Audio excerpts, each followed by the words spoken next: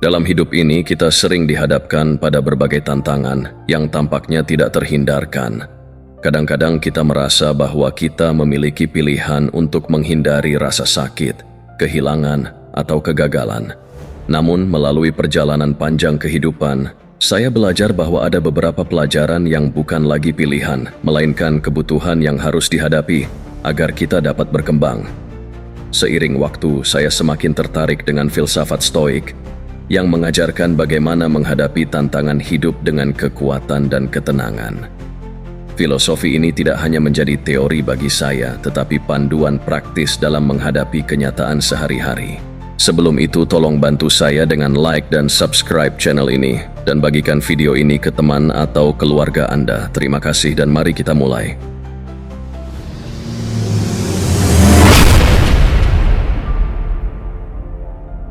Pertama, kontrol diri, memahami batasan kita. Salah satu pelajaran yang paling sulit tetapi juga paling penting yang saya pelajari dalam hidup ini adalah tentang kontrol diri. Hidup penuh dengan situasi yang tidak bisa kita kendalikan, dari cuaca yang berubah tanpa peringatan hingga keputusan orang lain yang kadang merusak rencana kita. Ketika saya masih muda, saya merasa frustrasi karena dunia tidak selalu berjalan sesuai dengan keinginan saya. Saya sering kali marah ketika sesuatu tidak sesuai harapan, dan saya menyalahkan keadaan eksternal atas kegagalan saya. Tetapi, seiring bertambahnya usia, saya mulai memahami bahwa sebagian besar dari kehidupan kita dipengaruhi oleh cara kita bereaksi terhadap situasi, bukan situasi itu sendiri. Dalam filsafat Stoik, salah satu prinsip kunci adalah membedakan antara apa yang bisa kita kontrol dan apa yang tidak. Epictetus, seorang filsuf Stoik terkenal, berkata bahwa kita tidak bisa mengendalikan apa yang terjadi pada kita, tetapi kita bisa mengendalikan bagaimana kita menanggapinya. Penerapan konsep ini ke dalam kehidupan sehari-hari tidaklah mudah. Butuh waktu lama bagi saya untuk menyadari bahwa marah terhadap hal-hal yang tidak dapat saya ubah hanya akan membuat saya semakin stres. Sebaliknya, saya belajar untuk menerima kenyataan dan menyalurkan energi saya pada hal-hal yang bisa saya ubah. Pikiran, emosi, dan tindakan saya sendiri. Ada momen dalam hidup saya ketika segala sesuatu tampak berantakan, pekerjaan yang tidak berjalan lancar, hubungan yang renggang, dan keadaan yang semakin rumit. Pada titik itu, saya dihadapkan pada pilihan, apakah saya akan membiarkan keadaan menghancurkan saya, atau saya akan mengambil kendali atas reaksi saya. Disinilah pelajaran tentang kontrol diri menjadi penting. Saya mulai menyadari bahwa kunci untuk mencapai ketenangan batin bukanlah dengan mengubah dunia, tetapi dengan mengubah cara saya memandang dunia. Dengan menerapkan kontrol diri, saya belajar untuk tenang dalam menghadapi badai kehidupan. Dan meskipun tantangan masih ada, saya merasakan kedamaian yang lebih dalam karena saya tahu bahwa saya bertanggung jawab atas cara saya menjalani hidup.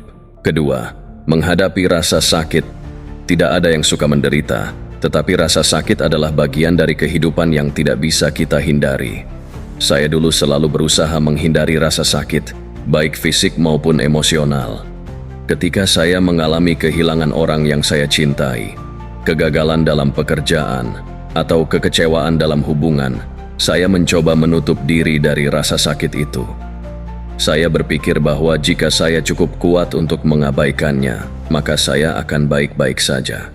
Namun, semakin saya melarikan diri dari rasa sakit, semakin besar rasa sakit itu mengejar saya.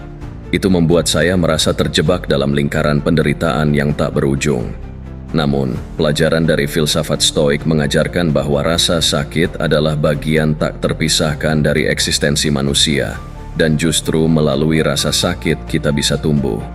Para filsuf Stoik, seperti Epictetus dan Marcus Aurelius, berbicara tentang bagaimana penderitaan adalah bagian dari rencana alam semesta, dan tugas kita adalah belajar dari penderitaan itu. Awalnya, konsep ini sulit saya terima. Bagaimana mungkin rasa sakit bisa menjadi sesuatu yang baik? Namun, ketika saya mulai menerapkannya dalam hidup saya, pandangan saya berubah. Saya mulai melihat rasa sakit sebagai guru yang kuat, yang mengajarkan saya tentang ketahanan, keuletan, dan pentingnya bersyukur.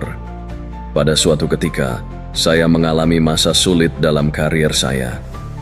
Saya gagal mencapai tujuan yang telah saya tetapkan, dan rasa kecewa itu sangat besar. Alih-alih menyerah pada rasa frustrasi, saya memutuskan untuk menghadapi rasa sakit itu dengan kepala tegak. Saya mulai merenung, bertanya pada diri sendiri apa yang bisa saya pelajari dari kegagalan ini. Ternyata, kegagalan tersebut membuka mata saya untuk memperbaiki cara kerja saya dan menjadi lebih bijaksana dalam mengambil keputusan. Rasa sakit itu menjadi titik balik dalam hidup saya, membantu saya menjadi pribadi yang lebih kuat dan lebih sadar akan kelemahan saya. Dari pengalaman itu, saya belajar bahwa rasa sakit bukanlah sesuatu yang harus kita hindari, tetapi sesuatu yang harus kita sambut sebagai kesempatan untuk tumbuh. Ketiga, kesederhanaan, melepaskan kebutuhan yang tak perlu. Di dunia yang penuh dengan kemewahan dan godaan, sangat mudah terjebak dalam keinginan untuk memiliki lebih banyak. Saya pernah berada dalam fase di mana saya mengejar kepemilikan materi dengan harapan bahwa itu akan membawa kebahagiaan yang abadi. Mobil baru, rumah yang lebih besar, pakaian bermerek, semua itu terasa penting pada saat itu.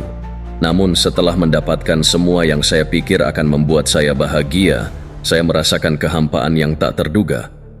Apa yang saya dapatkan ternyata tidak sebanding dengan apa yang saya korbankan, dan perasaan kekosongan itu tetap ada.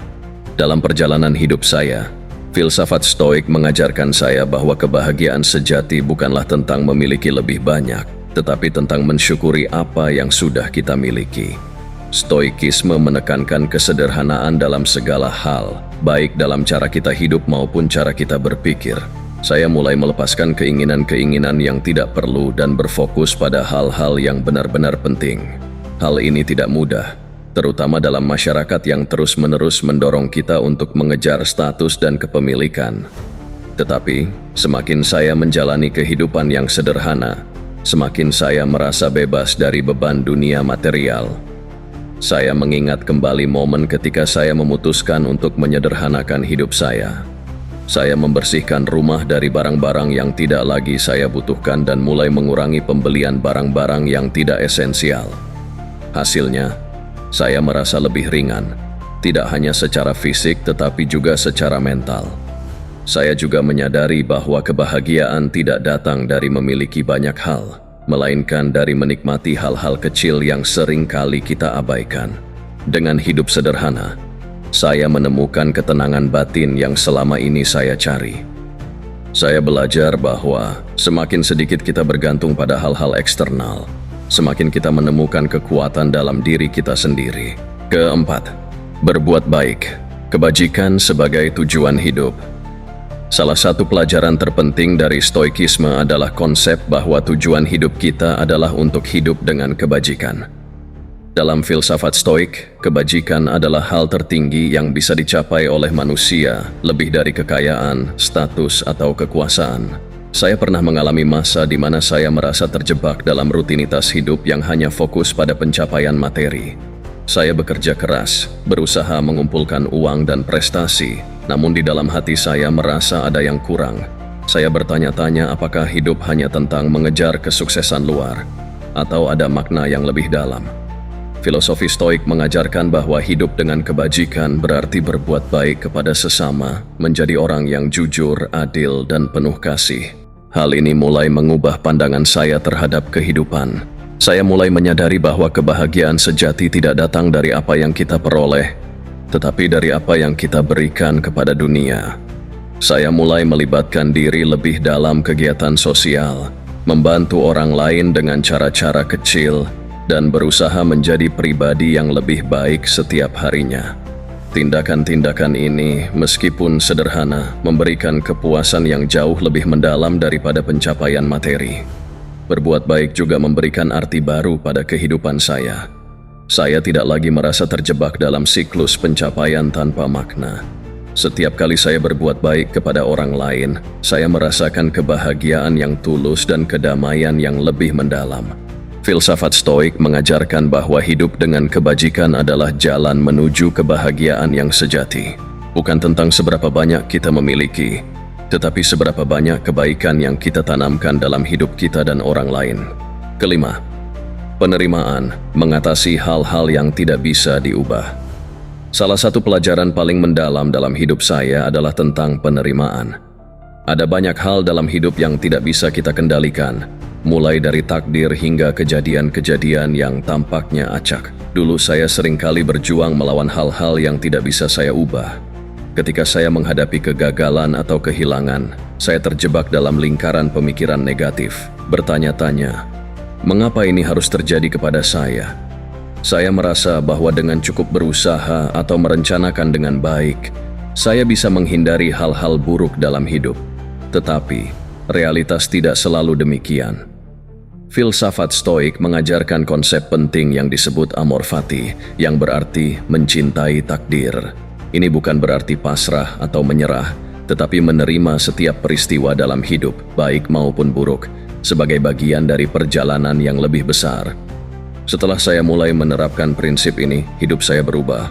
Saya mulai menerima kenyataan bahwa tidak semua hal bisa berjalan sesuai keinginan saya, dan itu tidak apa-apa. Alih-alih melawan, saya belajar untuk berdamai dengan situasi yang tidak bisa saya ubah. Ini memberikan kebebasan mental yang luar biasa, karena saya tidak lagi terjebak dalam kemarahan atau kekecewaan. Ada satu momen ketika saya kehilangan kesempatan yang sangat saya harapkan dalam karier saya. Saya merasa hancur, tetapi melalui ajaran Stoik saya belajar untuk menerima kenyataan bahwa mungkin hal itu bukanlah yang terbaik untuk saya saat itu. Dengan menerima keadaan, saya bisa melepaskan rasa frustrasi dan melihat peluang baru yang sebelumnya tidak saya sadari. Prinsip penerimaan ini mengajarkan saya bahwa kehidupan akan selalu penuh dengan hal-hal yang tak terduga, tetapi kita bisa memilih bagaimana kita meresponsnya. Penerimaan tidak berarti kita pasif. Justru, dengan menerima realitas, kita menjadi lebih kuat dan lebih mampu menghadapi tantangan dengan sikap positif. Keenam, ketahanan mental. Membangun kekuatan melalui tantangan. Ketahanan mental adalah salah satu aspek yang paling penting dalam menjalani kehidupan yang penuh dengan rintangan. Dalam hidup saya, ada banyak momen di mana rasanya semua hal seolah melawan saya. Masalah pribadi, tekanan dari pekerjaan, atau bahkan krisis yang tidak terduga. Awalnya, saya merasa goyah, sulit untuk tetap tenang, dan seringkali menyerah pada perasaan putus asa. Saya ingin menyerah, merasa bahwa dunia terlalu keras dan beban yang saya tanggung terlalu berat. Namun, Stoikisme mengajarkan bahwa tantangan adalah bagian alami dari hidup, dan ketahanan mental adalah sesuatu yang bisa kita bangun dari dalam. Marcus Aurelius dalam Meditation sering mengingatkan dirinya bahwa hidup penuh dengan kejadian yang tidak terduga, dan bahwa kita harus siap untuk menghadapi setiap tantangan dengan ketenangan dan kekuatan. Prinsip ini mengajarkan saya bahwa, daripada takut terhadap masalah yang akan datang, kita harus bersiap untuk menerimanya dan melihat setiap rintangan sebagai kesempatan untuk menguatkan diri. Saya mulai mengubah cara pandang saya terhadap kesulitan. Setiap kali saya menghadapi tantangan, saya berusaha melihatnya sebagai latihan untuk ketahanan mental saya. Saya tidak lagi melihat masalah sebagai sesuatu yang harus saya hindari, melainkan sebagai kesempatan untuk belajar dan berkembang. Semakin sering saya menghadapi kesulitan dengan tenang, semakin saya merasa kuat secara mental. Saya belajar untuk tidak terbawa emosi negatif, tetapi untuk tetap fokus pada solusi. Hal ini tidak hanya membuat saya lebih kuat, tetapi juga lebih damai di tengah-tengah kekacauan. Dalam jangka panjang, ketahanan mental inilah yang membantu saya tetap stabil meskipun hidup tidak selalu berjalan sesuai rencana. Terakhir, kematian, pengingat akan ketidakabadian kita. Kematian adalah topik yang sering kali kita hindari, tetapi itu adalah kenyataan yang tak terelakkan. Sebagai manusia, kita cenderung hidup seolah-olah kita akan ada selamanya. Saya pun dulu hidup dengan pola pikir seperti itu. Saya menunda-nunda untuk melakukan hal-hal yang penting, berpikir bahwa saya masih punya banyak waktu. Namun, ketika saya kehilangan seseorang yang sangat saya cintai, segalanya berubah. Kehilangan itu menjadi pengingat bahwa hidup ini rapuh dan singkat, dan kita tidak pernah tahu kapan akhir perjalanan kita tiba. Filosofi Stoik menekankan pentingnya memento mori, yang berarti Ingatlah bahwa kamu akan mati, bukan sebagai sesuatu yang menakutkan, tetapi sebagai pengingat untuk menjalani hidup sepenuhnya. Setelah menghadapi kematian secara langsung, saya mulai menghargai setiap momen dalam hidup saya dengan lebih dalam. Saya tidak lagi menunda untuk melakukan hal-hal yang saya anggap penting, seperti mengejar impian atau menghabiskan waktu dengan orang-orang yang saya cintai. Setiap hari menjadi kesempatan untuk melakukan sesuatu yang berarti. Kematian bukanlah sesuatu yang harus kita takutkan, melainkan sesuatu yang harus kita terima sebagai bagian alami dari siklus kehidupan. Setelah saya memahami konsep ini, saya merasa lebih damai dalam menghadapi kenyataan hidup. Saya menyadari bahwa setiap momen yang kita miliki adalah berharga, dan saya mulai hidup dengan lebih bermakna. Saya mulai melihat kehidupan sebagai anugerah, bukan sebagai sesuatu yang bisa diambil begitu saja. Filsafat Stoik mengajarkan bahwa kematian bukanlah akhir, melainkan bagian dari perjalanan hidup yang tak terpisahkan, dan dengan menerima kenyataan ini, kita bisa menjalani hidup dengan lebih bermakna dan berani.